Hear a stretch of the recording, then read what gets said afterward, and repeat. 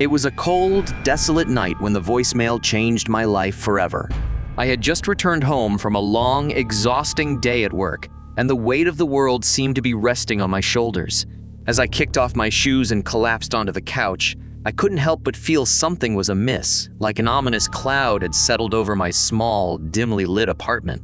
I reached for my phone to check for messages or notifications. Nothing unusual, just a few missed calls from friends and a handful of text messages. I dismissed them, attributing my uneasy feeling to stress and fatigue. But then, I saw it. A notification indicating a new voicemail. I had no recollection of hearing my phone ring, but there it was, plain as day, a message from an unknown number. Curiosity got the best of me as I tapped on the voicemail icon. The message began with eerie static, making it almost impossible to decipher. My heart raced as I strained to listen, hearing only fragments of distorted sound. But as I focused, a chill swept over me as I realized that the distorted audio was more than random noise. A desperate, agonized cry for help. The voice on the other end was unmistakably female, her words fraught with fear and desperation.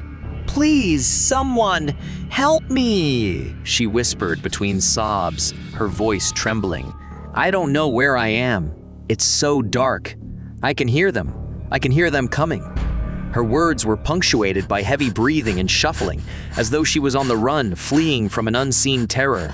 My heart pounded, and I felt a deep dread wash over me. It was impossible to ignore the panic in her voice. I wanted to help, but I had no idea who this person was or where she might be. I listened on, feeling increasingly helpless and terrified. The voice on the voicemail continued, now growing even more frantic. "Please, they're getting closer. I don't know what they are, but they're not human. Oh God, they're here." The message abruptly ended with a blood-curdling scream that sent shivers down my spine. My apartment suddenly felt like a tomb, and the once soothing hum of the city outside had turned into an eerie silence. I replayed the voicemail several times, trying to decipher any clues that might help me identify the caller or her location. But the number was unfamiliar, and there was no other information. I felt a deep sense of unease, a moral obligation to help, but I was utterly powerless. I called the number back, hoping that someone would answer. The line rang repeatedly, but no one picked up. I left a worried voicemail explaining that I had received a distressing message from this number and was concerned for the caller's safety. I begged them to call back or provide more information about their location. My voice was trembling, and I realized how little I could do to help this person, who seemed to be in a life-or-death situation. As minutes turned into hours, I became increasingly obsessed with the voicemail. I played it repeatedly, straining to hear any subtle details that might reveal the caller's identity or location. The fear and despair in her voice haunted my every thought. Who was she? And what kind of danger was she in? Unable to sleep, I decided to take matters into my own hands. I contacted a tech-savvy friend, John, who had some experience tracing phone numbers. Desperation fueled my determination to find answers. John agreed to help and used his technical skills to trace the origin of the mysterious number. Hours passed, and it was well into the early morning when John finally called me back with an update. The number had been registered to an address in a remote part of the city, far from my apartment. The address was in a derelict industrial area, and it sent shivers down my spine to think that someone in distress might be in such a desolate place. Without hesitation, I grabbed my keys and rushed to my car, determined to find the source of the voicemail. The night was dark, and the fog rolled in, making the journey to the remote address all the more unsettling. The path was labyrinthine, leading me deeper into the heart of an abandoned industrial district. The streets were devoid of life, the buildings dilapidated and covered in graffiti. Finally, I arrived at the location John had provided. It was a crumbling warehouse, its windows broken and walls covered in ivy. The place exuded an eerie, ominous aura. My heart raced as I cautiously exited the car, clutching my phone tightly. As I approached the decrepit building, I heard the faintest sound coming from within, a distant, low-pitched moan that seemed to echo through the empty halls. The voice was hauntingly familiar, and my heart pounded as I realized it was the same voice from the voicemail. I hesitated at the entrance, my flashlight trembling as I pushed inside. The interior was a labyrinth of dark, foreboding corridors and rooms.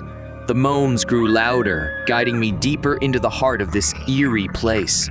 Suddenly, I stepped into a large, dimly lit room. What I saw froze me in my tracks. The woman from the voicemail was there, her face contorted with fear. She was shackled to a rusted metal table, her clothes tattered, her skin pale and bruised.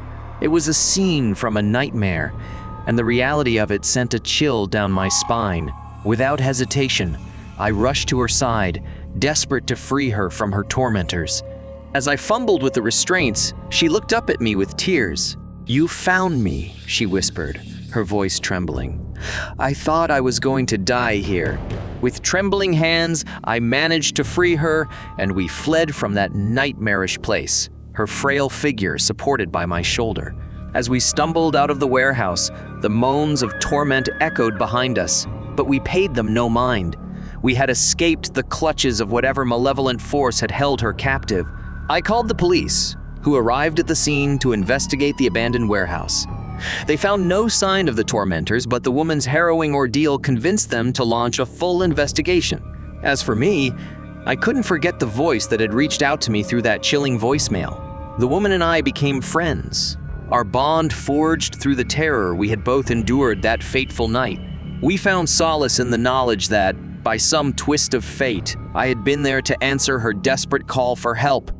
That voicemail, a haunting cry for assistance from an unknown number, had changed my life forever. It had led me to confront unimaginable horrors, and through it all, I had found courage and strength I never knew I possessed. The darkness of that night still haunts me, but it also reminds me of the profound impact a single message can have on a person's life. It taught me that even in the most desperate of situations, there is always hope and someone willing to listen. It was a stifling summer evening, and the sun had cast long, ominous shadows across the small, tight-knit neighborhood of Ashbrook. I had just returned home from a grueling day at work, eager to relax and escape the relentless heat gripping the town. As I sank into my living room couch, I couldn't help but notice the eerie stillness that seemed to hang in the air. I reached for my phone, thinking that a call or a message from a friend might provide some welcome distraction from the oppressive heat. But as I checked my notifications, one in particular caught my eye. An unfamiliar number had left a voicemail. The message icon bore a sense of urgency, as though it held a secret that demanded attention. Curiosity piqued. I tapped on the voicemail and listened, my heart rate quickening as a cold sweat formed on my brow. The voice on the other end was a child trembling with fear and anxiety. "Please, somebody, you have to help us," the young voice begged, tears apparent in every syllable. "We're trapped, and they're coming for us." The voicemail was punctuated by distant screams and frantic whispers, a cacophony of terror that sent shivers down my spine. The child's words were filled with a haunting desperation that was impossible to ignore. I couldn't fathom what kind of horror this child was facing, but it was clear that their life was in grave danger. The voice continued, now more panicked. "We're in a dark place and can't get out. They're bad people, and we're so scared." The voicemail ended with the eerie sound of footsteps approaching and sinister laughter that froze my blood. The message had been cut short, leaving me with overwhelming dread. I listened to it repeatedly, hoping to glean any clues that might lead to the identity or location of the child. But the voicemail offered no such information, and I felt helpless, overwhelmed by the situation's urgency. I tried calling the number back, but it went straight to voicemail with a recorded message stating that the mailbox was full. Panic surged through me as I realized the gravity of the situation. This child needed help, and there was no way to reach them through a dead-end number. I contacted the local police immediately, recounting the harrowing voicemail and providing them with the number. They assured me they would launch an investigation, do everything possible to find the child and bring them to safety. The following minutes felt like an eternity as I waited for news of their progress. The police soon discovered that the mysterious number had been registered to a small, nondescript house at the edge of Ashbrook. They rushed to the location, and what they found inside was beyond anyone's worst nightmares. The house was a den of horrors filled with evidence of child trafficking, cages, chains, and grim remnants of a terrifying operation that had ensnared innocent children. However, when the police arrived, they found no trace of the child who had left the ominous voicemail. The abductors had vanished, leaving only a trail of secrets and dread. Days turned into weeks, and despite relentless efforts, the child traffickers remained elusive. It was as if they had vanished into thin air, leaving no trace of their whereabouts. The town of Ashbrook was gripped by fear, its sense of security shattered as the belief that they had escaped to Tijuana, Mexico, began to circulate. The community banded together, determined to bring these criminals to justice and rescue the child who had reached out for help. Information flooded in, and the manhunt extended across state lines and into the depths of Mexico. Despite the challenges and uncertainties, the search continued, fueled by the collective determination of those who refused to let the darkness prevail. The ominous voicemail had unleashed a torrent of fear and resolve. As time passed, a glimmer of hope emerged as the traffickers' network unraveled. They were slowly tracked down, arrested, and brought to justice. The child who had left that haunting voicemail was found alive and unharmed. It was a testament to the power of collective action, the strength of a community that had refused to yield to despair. The darkness had been pushed back, and a message of hope and resilience emerged from the shadows.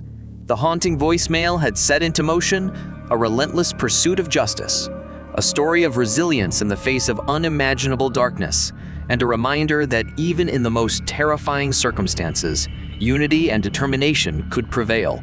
The child who had reached out for help through that ominous message found solace and safety. Subscribe.